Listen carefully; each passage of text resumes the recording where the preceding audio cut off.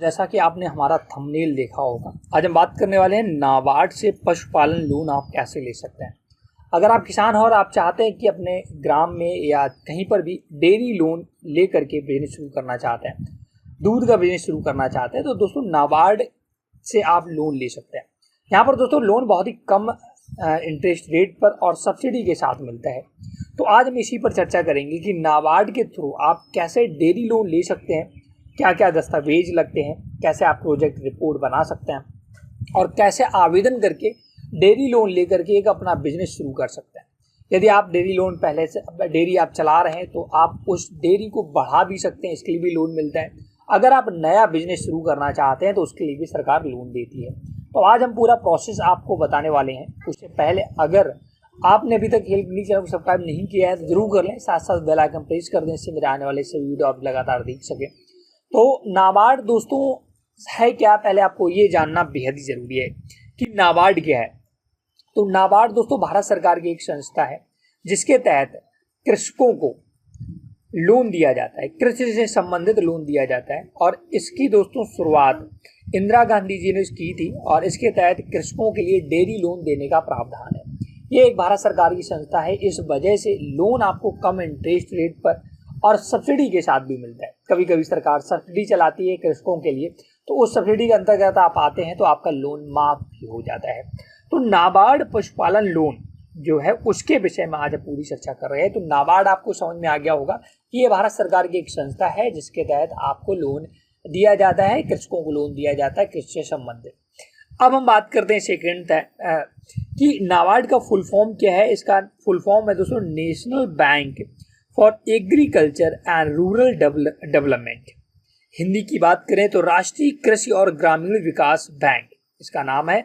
और इसके तहत ही आपको लोन दिया जाता है, जो कि भारत सरकार के द्वारा बहुत ही अच्छी स्कीम है दोस्तों। पशुपालन से संबंधित आप किसी भी पालन का कर, जैसे कि पशुपालन में आपका दोस्तों गाय पालन आ जाता है, भैंस पालन आ जाता है, बकरी पालन आ जाता है, इसके बाद का भेड़ पालन आ जाता है, मुर्गी पालन आ जाता है, ये सब पशुपालन की कैटेगरी में आता है। मत्स्य पालन आ जाता है। इन सभी के लिए सरकार दोस्तों आपको लोन देती है। तो अगर आप भी नाबार्ड के through national bank for agriculture and rural development के थ्रू लोन लेना चाहते हैं तो आपके लिए बहुत इंपॉर्टेंट वीडियो होने वाला है। अब जो हम चर्चा करने वाले हैं वो आपके लिए बहुत इंपॉर्टेंट है। पहले हम ये समझ लेते हैं कि नाबार्ड आपको लोन देता है, बैंक लोन देता है, क्या इसका प्रोसेस है। तो इसके लिए जैसा कि देख सकते हैं ना, इमेज आप देख रहे होंगे कि पशुपालन लोन के लिए दोस्तों अगर आप एक कृषक हैं तो क्या होता है, आप सबसे पहले कांटेक्ट करेंगे बैंक से, आपको लोन देगा बैंक, ना कि डायरेक्ट दोस्तों नाबार्ड लोन नहीं देता है कृषक को। आप बैंक से कांटेक्ट करेंगे, बैंक नाबार्ड को ये रिक्वेस्ट भेजेगा और नाबार्ड जब लोन पास करेगा तो फिर से वो बैंक को लौटाएगा और बैंक फिर कृषक को देगी। समझ में आ गया ना। आपको मतलब डायरेक्ट नाबार्ड लोन नहीं देगा। आप सबसे पहले लोन के लिए अप्लाई करेंगे बैंक में, बैंक से बोलेंगे मुझे नाबार्ड के थ्रू लोन चाहिए। वहाँ पर आपको मेंशन करना होगा, जब आप फॉर्म भरेंगे ना तो वहाँ पर आपको दिखाना होगा कि मुझे नाबार्ड से डेयरी लोन चाहिए। तो वो लोग नाबार्ड को आपका फॉर्म जो भी आपकी रिक्वायरमेंट है वो सेंड करेंगे बैंक वाले। नाबार्ड संस्था आपके सारे दस्तावेज वगैरह चेक करेगी और इसके बाद वो लोन सेंक्शन कर देगी बैंक को और बैंक के थ्रू फिर आपको लोन मिलेगा। तो ये प्रोसेस होता है। कृषक दोस्तों यहाँ पर बैंक से ही कांटेक्ट करेगा, डायरेक्ट नाबार्ड से कांटेक्ट नहीं करता है। इसका विशेष ध्यान रखें। तो ये आप साइकिल समझ में गए होंगे कि आपको नाबार्ड किस प्रकार से लोन देता है किसान को। बात करते हैं जो बहुत इंपॉर्टेंट है दोस्तों, दस्तावेज की, डॉक्यूमेंट्स क्या क्या लगेंगे। क्योंकि अगर आप मेन होता है दोस्तों लोन लेने के लिए दस्तावेज, अगर आपने दस्तावेज बनवा लिए ना तो समझ लिया आपका आधा काम हो गया और आपको लोन आसानी से मिल जाएगा। तो दस्तावेज में सबसे पहले बहुत ही जो इम्पोर्टेंट है वो है दोस्तों ट्रेनिंग। आपको डेयरी लोन की डेयरी से संबंधित ट्रेनिंग लेनी होगी। आप ट्रेनिंग कैसे लेनी होगी, इसके लिए दोस्तों ट्रेनिंग संस्थाएं होती हैं, अगर आप कमेंट करके बताएंगे हम वो भी बता देंगे कि ट्रेनिंग कैसे आपको ली जाती है। तो वहाँ से आपको ट्रेनिंग लेनी होगी। वो ट्रेनिंग दोस्तों 7 से 15 दिन की हो सकती है, 10 दिन की भी होती है। इसके तहत ट्रेनिंग कंप्लीट करने के बाद दोस्तों आपको वहाँ से एक सर्टिफिकेट मिलता है जो कि बहुत इंपॉर्टेंट होता है। ये सर्टिफिकेट ये आपको सर्टिफाइड करता है कि आपने पशुपालन से संबंधित सारी ट्रेनिंग ले ली है। पशु को कैसे रखा जाता है, उनकी कैसे देखभाल की जाती है, उनके लिए जरूरी वातावरण क्या है वगैरह वगैरह, सारी ट्रेनिंग में आपको सिखाया जाएगा। इसके बाद दोस्तों और जो इम्पोर्टेंट दस्तावेज है, प्रोजेक्ट रिपोर्ट बहुत इंपॉर्टेंट है। दोस्तों किसी भी लोन को लेने के लिए आपके पास एक विजन होना चाहिए।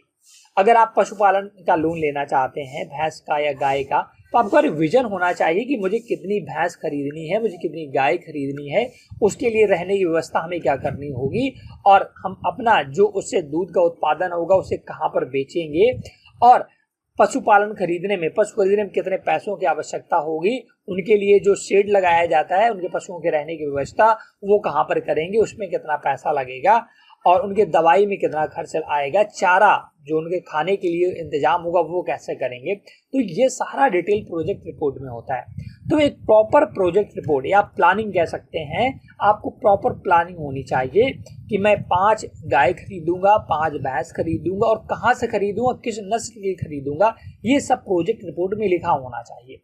उन गाय भैंसों की अनुमानित कीमत आपको लिखनी होगी, और इसके बाद उनको कैसे हम लाएंगे, और उनके रहने की व्यवस्था क्या है, उनके खाने की व्यवस्था क्या है, और उससे दूध का उत्पादन होगा उसे हम कहाँ पर सेल करेंगे, क्या किसी कंपनी को सेल करेंगे या लोकल में सेल करेंगे, और उससे और भी जो उत्पादन होंगी चीज़ें वो सब कहाँ सेल करेंगे। तो प्रॉपर एक प्रोजेक्ट रिपोर्ट होना बेहद आवश्यक है। अगर आपको प्रोजेक्ट रिपोर्ट बनाना नहीं आता है तो समझिएगा आप लोन नहीं ले पाएंगे। लेकिन एक ऑप्शन होता है, अगर आप प्रोजेक्ट रिपोर्ट नहीं बना सकते तो आप बनवा भी सकते हैं। दोस्तों आपका 1500 रुपये का खर्च आएगा, आप किसी चार्टर्ड अकाउंटेंट के पास जाइएगा, वो आपकी प्रॉपर प्रोजेक्ट रिपोर्ट बना देगा कि आपको पशुपालन में कितने लोन की आवश्यकता होगी, आपके पास कितना पैसा है, क्या क्या व्यवस्थाएं होंगी, सब कुछ। मेन लोन डिपेंड करता है दोस्तों प्रोजेक्ट रिपोर्ट पर, इस वजह से मैं ज़्यादा जोर दे रहा हूँ। तो आपको एक धांसू सी प्रोजेक्ट रिपोर्ट बनानी है। और इसके बाद दोस्तों और कागजात की जरूरत पड़ेगी कि आप पशुओं को रहने की व्यवस्था क्या है, भूमि की दस्तावेज लगेंगे, अगर आपके पास भूमि नहीं तो आप रेंट पर भी ले सकते हैं। इसके बाद नॉर्मल से केवाईसी डॉक्यूमेंट जैसे कि आपके Aadhaar card, PAN card, bank account, voter ID card, mobile number, email ID, ये भी सारे दस्तावेज आपको लगते हैं। इसके बाद दोस्तों बहुत इंपॉर्टेंट है बैंक की नियम व शर्तें। आप देखिएगा, एक बात सोच कर देखिएगा, बैंक आपको लोन क्यों देगा। आप एक दिमाग में बात समझ, आपने गए बैंक के पास बोला कि मुझे पशु लोन चाहिए, तो बैंक आपको लोन क्यों देगा, क्या सोच कर देगा बैंक लोन। बैंक कोई ऐसा तो नहीं है कि आपको सभी को फ्री में लोन बांट रहा है, उसको दोस्तों बिजनेस चाहिए होता है ना। बैंक आपसे इंटरेस्ट ले रहा है, आपको 1 लाख रुपए देगा तो आप कभी ना कभी 1,10,000 1,20,000 से भरेंगे तो उसको 20,000 का प्रॉफिट होगा ना। तो आपको पूरा दिखाना पड़ेगा बैंक को कि हम ऐसे ऐसे लोन चुकाएंगे, तभी लोन देता कोई भी व्यक्ति हो। आप अपने सोचिएगा। इसके बाद आपका वो सिबिल स्कोर भी देख सकता है, हालांकि किसान है तो सिबिल स्कोर ना भी होगा तो कोई दिक्कत नहीं। भूमि के दस्तावेज आपके देखिएगा कि आप भूमि आपकी है या रेंट की है, आपने ट्रेनिंग ली है प्रॉपर या नहीं ली है। प्रोजेक्ट रिपोर्ट, फिर से वही आ गया, प्रोजेक्ट रिपोर्ट बहुत इंपॉर्टेंट होता है। तो बैंक ये सब नियम व शर्तें रखती है, तो इसको बहुत ही ध्यान से आपको सारी चीज़ें रखनी है, क्योंकि इसी के आधार पर आपको लोन दिया जाता है। इसके बाद जो मेन इंपॉर्टेंट क्वेश्चन आता है, आवेदन कैसे करना होगा। तो इसके लिए दोस्तों सारे दस्तावेज जो भी मैंने बताए और प्रोजेक्ट रिपोर्ट के साथ बैंक जाना है। बैंक में आपको मैनेजर से कांटेक्ट करना है, उनसे बोलना मुझे पशु लोन चाहिए और भी नाबार्ड के थ्रू। तो अब बैंक मैनेजर आपको एक फॉर्म देगा, उसे फिल करना है और उसमें स्पष्ट लिखना है कि नाबार्ड के तहत हमें लोन चाहिए, जिससे आपका लोन इंटरेस्ट कम हो सके और सब्सिडी भी प्रॉपर तरीके से मिल सके। इसके बाद बैंक आपके सारे दस्तावेज वगैरह नाबार्ड को भेजेगा, और इसके बाद बैंक आपका सब चेक भी करता है ना।